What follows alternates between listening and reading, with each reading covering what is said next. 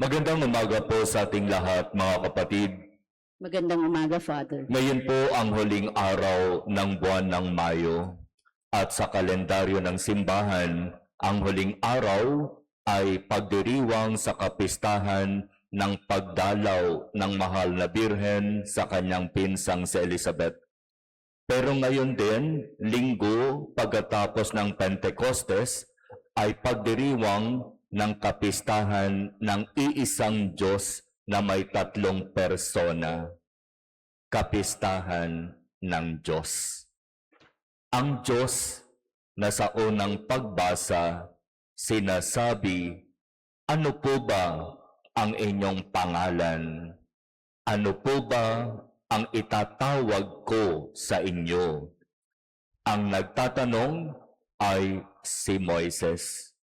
At ang sagot, "Ako ang Panginoon. Panginoon ang itatawag mo sa akin." At may magandang pangyayari sa kwentong ito sa buhay ni Moises kung papaanong ang Panginoon, ang Diyos, ay dumaan sa kanyang harap. At mayroon pang mga pagkakataon na ang Panginoon na ito ay nakikipag-usap kay Moises. At alam nating lahat, di ba? Kay Moises din ibinigay ng Panginoon ang 10 utos. Kaya dito sa kwentong ito kay Moises, malinaw ipinakilala ng Diyos ang kanyang sarili bilang Panginoon. At kung pupuntahan naman natin ang kwento tungkol kay Jesus, malinaw, ipinapakilala niya rin ang Diyos. Sinasabi niya, "Ang Ama at ako ay iisa. Ang nakakita sa akin ay nakakita na sa Ama." Kaya walang makapagsasabi na hindi ko nakikita ang Ama, sapagkat sa pagdating ng anak, sa pagdating ni Jesus, ito ay malinaw na pagpapakita ng kung ano ang ibig sabihin ng Ama na hindi nakikita. Kay Jesus na anak, makikita natin ang Ama na hindi nakikita. Kung minsan sasabihin natin napakahirap intindihin, totoo naman, tama naman, talagang napakahirap intindihin itong misteryong ito ng Santissima Trinidad. Ang misteryo ng iisang Diyos na may 3 persona. Ama, Anak, Espiritu Santo. Pero sa ating limitadong kaisipan, maaari nating maintindihan at maunawaan ang Santissima Trinidad sa pamamagitan ng salitang pagkakaisa. Ang Santatlo, isang Diyos na may 3 persona, ay nagkakaisa. Hindi mataas ang Ama sa Anak o sa Espiritu Santo. Iisang Diyos sila at magkakapantay sila. Hindi nagkokompetensya sa isa't isa.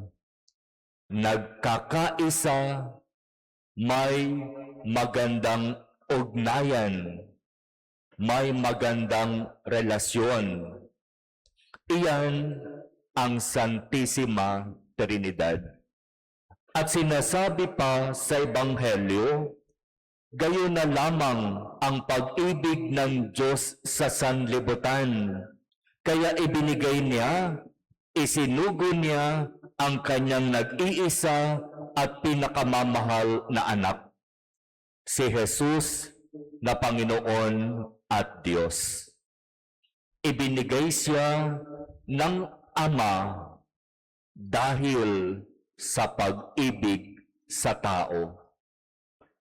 Kayang gawin ng Ama ang lahat sa ngalan ng tunay at tapat na pag-ibig.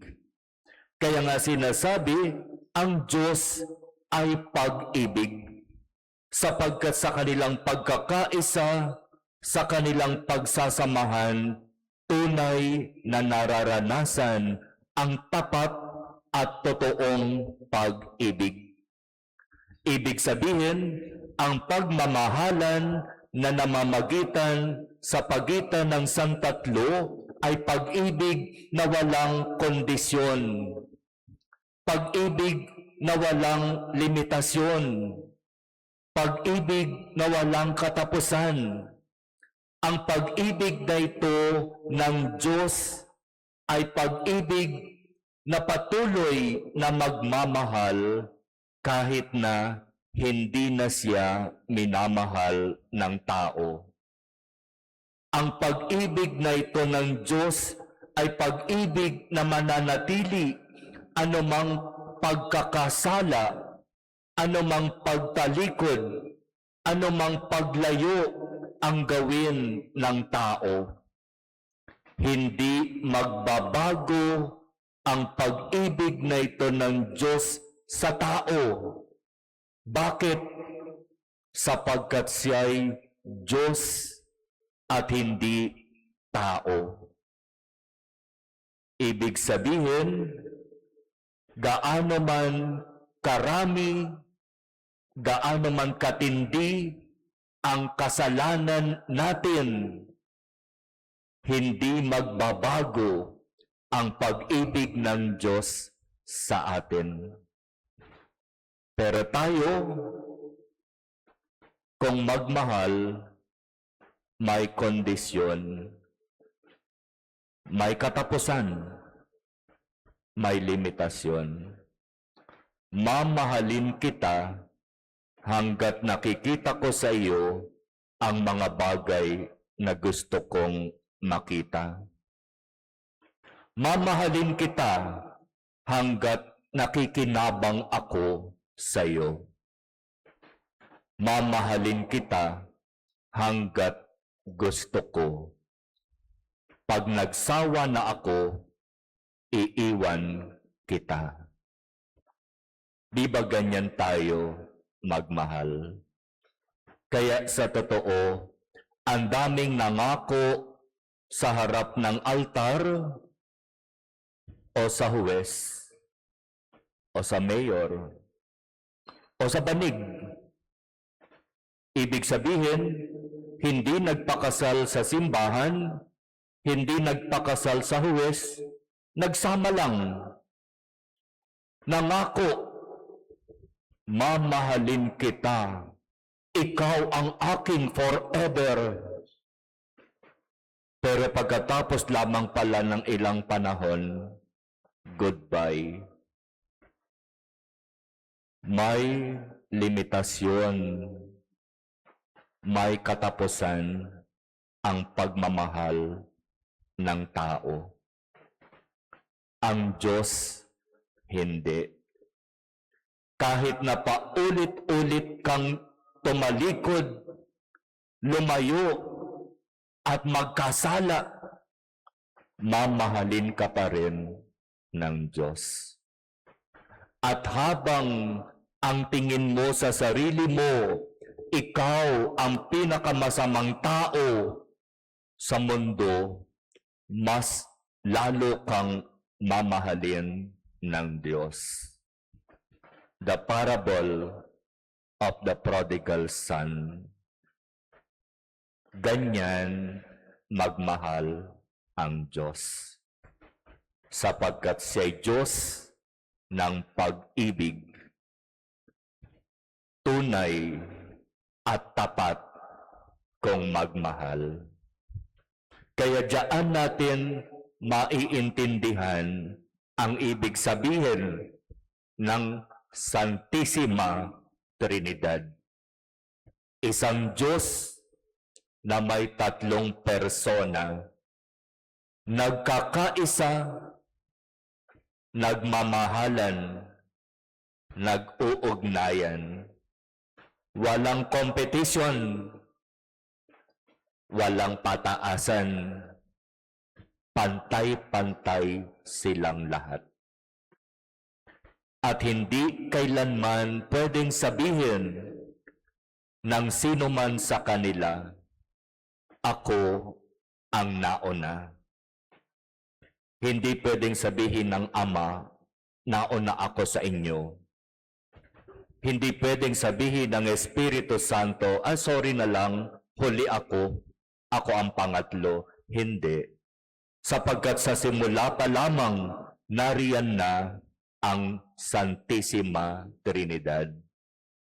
Ngayon, kasama natin ang Santissima Trinidad. At sa mga darating na panahon, mawawala tayong lahat, pero mananatili pa rin ang iisang Diyos na may tatlong persona. Kaya mga kapatid, sa kapistahan ng Diyos na may tatlong persona, hingin natin sa Kanya ang biyaya na sa buhay natin, tunay nawa natin silang kilalanin. Manalig tayo sa kapangyarihan ng iisang Diyos na ito na may tatlong persona, habang palagi nating sinasabi at ginagawa yung ating pag-aantanda ng krus. Yung sign of the cross. Gawin natin ito ng buong pananampalataya sa Ama, sa Anak, at sa Espiritu Santo.